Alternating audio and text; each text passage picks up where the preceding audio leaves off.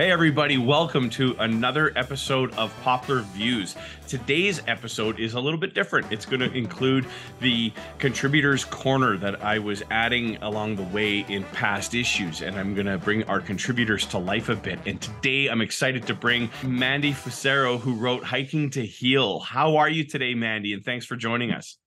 I'm good. I'm so excited to be here to talk about this. Very Right on. exciting.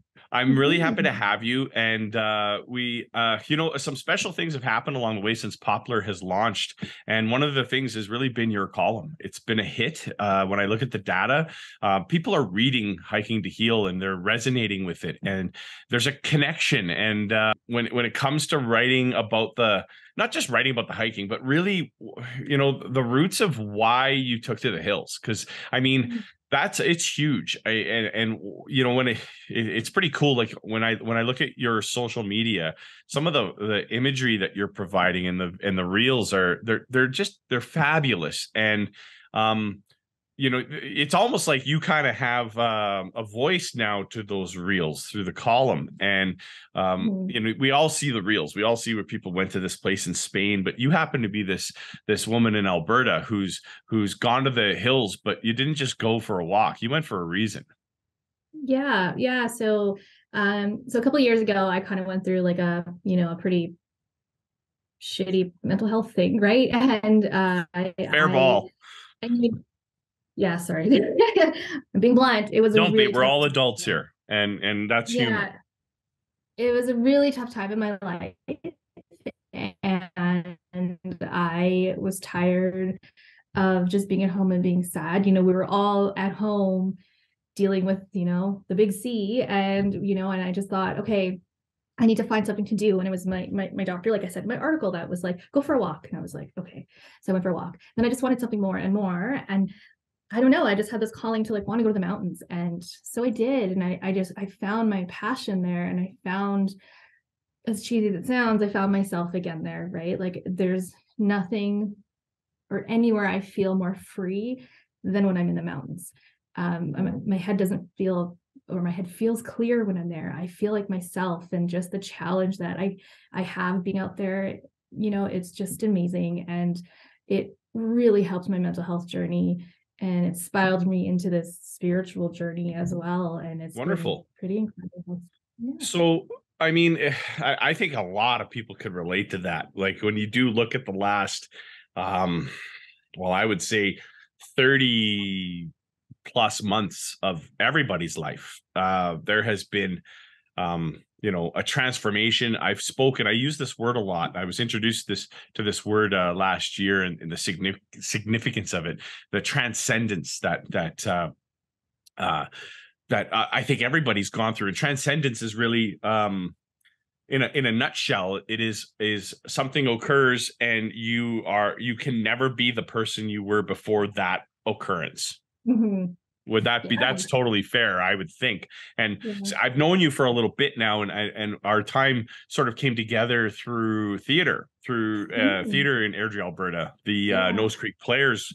And when I was writing columns, and I remember, knowing that person, Mandi, then, and now I'm watching you go through this transcendence, and you've become, there's just something different about the vibration, and I can feel it through the words. And I was having a meeting, I would say about 2.5-3 weeks ago, and it was with somebody in the northern part of the province who's coming on board to help the magazine. And they were, so you were kind of the final straw.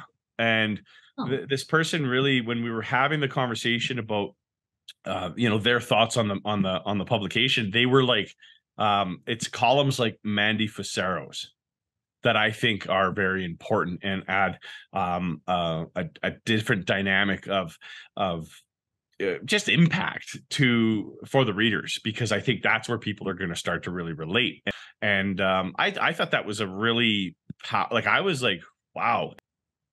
Yeah, it was really important for me to tell my story, especially for women my age, right? To tell a story of feeling stuck in a certain part of your life or going through something. And so sure. I'm really excited to share more of that in the spring issue. Well, that's wonderful. And I think it's going to be, if I may, not to be too presumptuous, but I mean, you're such a level-headed person, really, when it comes to how you want to talk about things, and I can see how that can be such a challenge. But on the same hand, I think that's where that inspiration comes from, when people see how brave you're being in talking about that. Yeah, exactly. Yeah, I share my story as much as I can, as much as I want to share. That's right. But yeah, I think the important thing for me, the outcome of it was how I tried to make myself better, to make my mental health better. And I wanted to share my story because I want people to talk about it. I want people to not be afraid to say, I'm struggling, I'm not doing well. Right. Yes. And so I thought, because, I don't know, like it's getting better, but people are still afraid to talk about it. And I want to be able to share my story so people will, and hopefully I really appreciate that a lot. And I think that you're very right about that. And it was actually, the amount of conversations that I'm referencing in my mind right now. But I had one the other day, and somebody was telling me that they didn't want to talk about something, and I was like, that's completely your choice, and that's completely up to you, and I respect that. But just never be afraid when that changes. When that changes in yourself, when you're ready to go, talk to somebody. And man, that is a powerful message to just share with people. And you're doing it through some beautiful photography and some great just views, and the fact that you are the hiking. I want to talk about that for a second. Do you got any pro tips for people that maybe are like, you know what, I think I could take my mind for a walk? What would be some good around, say, the Calgary area? What would be some fair, sort of pretty well, like, accessible? And because I mean, we don't want to send people on summits. You and I were kidding the other day about going for a hike together, which I want to tell our audience we're going to do that, and hopefully we'll have some photos and we'll some shout outs from somewhere and together, which I think is going to be a lot of fun. But I also was passively begging you not to take me on like a summit. It's like, I need to get in shape. But this 2023 has really announced itself with the fact that I could spend some time on the elliptical. So what would be like say a good starter hike that whether you're taking me or if somebody out there, there's a person out there that's read Hiking to Heal and is just like, you know what, I'm throwing down here, I'm doing this, and I'm going to go for it. So what kind of footwear should they think about, and maybe just an accessible trail? Go for it. Tell us. Yeah, so it depends on the time of year that you're going. So if you're going in the winter, I always tell people, like, you don't have to start out in the mountains. Go for a walk and just start that way, because that's how I started. I just went walking every day. But if you want to go into the mountains, depends on the time of year. Like right now, you're going to want to make sure that you have, they're called micro spikes. So if you are on a trail, right, they're little micro spikes you put onto your hiking boot. They give you traction. There's a ton of small hikes that you can do. There's an app that you can download called All Trails. And All Trails. It's awesome. You can put in there what kind of hike you want to do, how long you want to do, where you want to do it. And people post in their reviews. So if they've been there lately and they're like, this hike, wasn't very good today. So that's how I started. I started by doing that. Troll Falls is a really good hike. It has a little, it's not very long. It's not very strenuous, but at the end of it, there's a beautiful falls you can look at. So, if you want something fun at the end that you can look at, Troll Falls is a really good one that I tell people to start with. It's easy. It's it's you're still getting out into the mountains, and there's a beautiful waterfall at the end of it. And just make sure that you're dressing to the weather. Check the weather before you go out. It's always usually colder in the mountains, right? So make sure you're dressing for the weather. But I always just tell people, like, it can feel so overwhelming to be like, I want to go hiking. I just say, just start with a walk. Get outside, start with a walk. Go to Bragg Creek. Go to Fish Creek, go out. We've got, if you're in Airdrie, we have great, walking trails around here.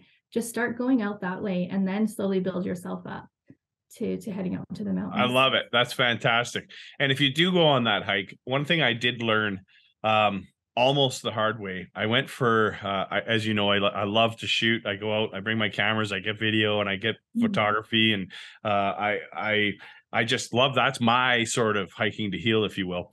And, but I'm not as good. Like I wouldn't call myself a hiker. So that's why I need your your help, because you're also a certified, you got a certification in this, didn't you? Didn't this Yeah. start and then you ended up, tell us about that quickly.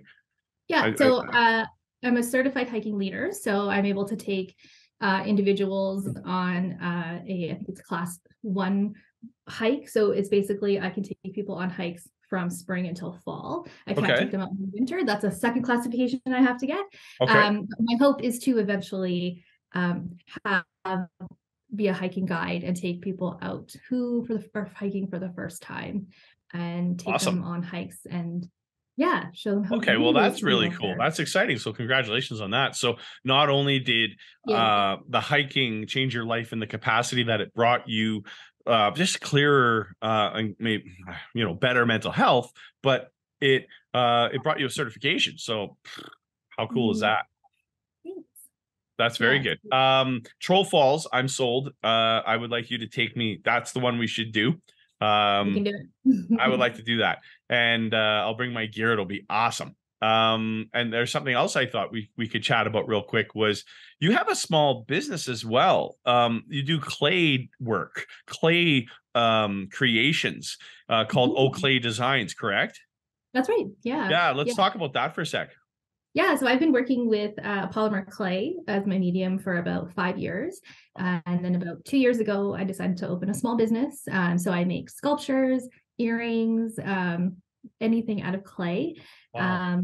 And so I'm in 2 stores in Alberta and 1 store in Ontario for my earrings. And then my sculptures are just kind of fun little things I love to make. It's just something I'll talk about in the spring issue, more of a mental health thing that I'm going through, but this is one of the things that has helped me through this. Okay. So a little preview into spring. Man, that's awesome. All right, sneak peek. I love it. Where is there a web page or is there a Facebook page that we can link to and people can check out some of the work?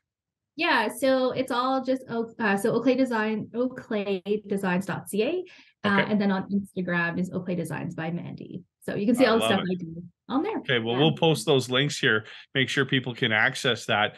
And also, is this like, so some stuff like, I mean, obviously the earrings you're making in advance and to, but they're not to order, or do you do to order as well? Like if say somebody was like, here's my dog, I'd like you to make one like that. Is that exactly. Am I on page here?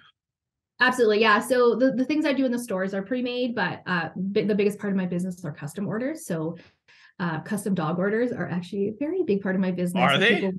Like a replica of their dog. And the stuff I do is cartoonish. So people love it because it's like a cartoon version of their dog. So it's super fun. But that's like one of the most popular parts of my business. I picture almost something like a bobblehead that doesn't move. Pretty much. It's exactly what it is. So cool. And you're making this from clay, painting them and curing them. And, that's amazing. So sometimes it's painted, sometimes I use colored clay, so it just depends. Yeah. Well, man, that you got a lot of talent there, and it's just awesome to see. And that's one of the things I think has happened through the last couple of years is people, because the brakes got put on so many lives, that people found. And I'm not sure if this happened for you, but it's just a story I've heard repeatedly is that just people have found those things that matter to them on a deeper level, because, what is success really? I've learned recently, I learned this it's an old quote, but success really is a person that has a goal and has a purpose. It's not the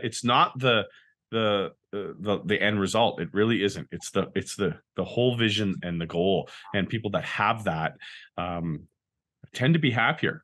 And I think that's what we're hearing here. So congratulations to you. And thank you so much for coming on. You're officially the 2nd episode of PoplarViews, and we're excited. And I think this is going to be a feature for the magazine that's going to have a lot of legs, and it's going to have a lot of opportunity talk to wonderful people like yourself. So there's our message before we go. Everybody watching, thank you so much.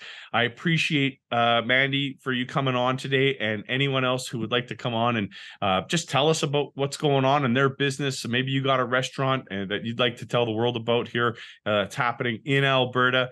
Remember, Poplar Magazine is for Albertans by Albertans, and we're here to brag about this awesome province. Thanks again for reading Poplar Magazine. Thank you for watching Poplar View, and thank you, Mandi, for being on today. I hope you all have a great day. Thank you.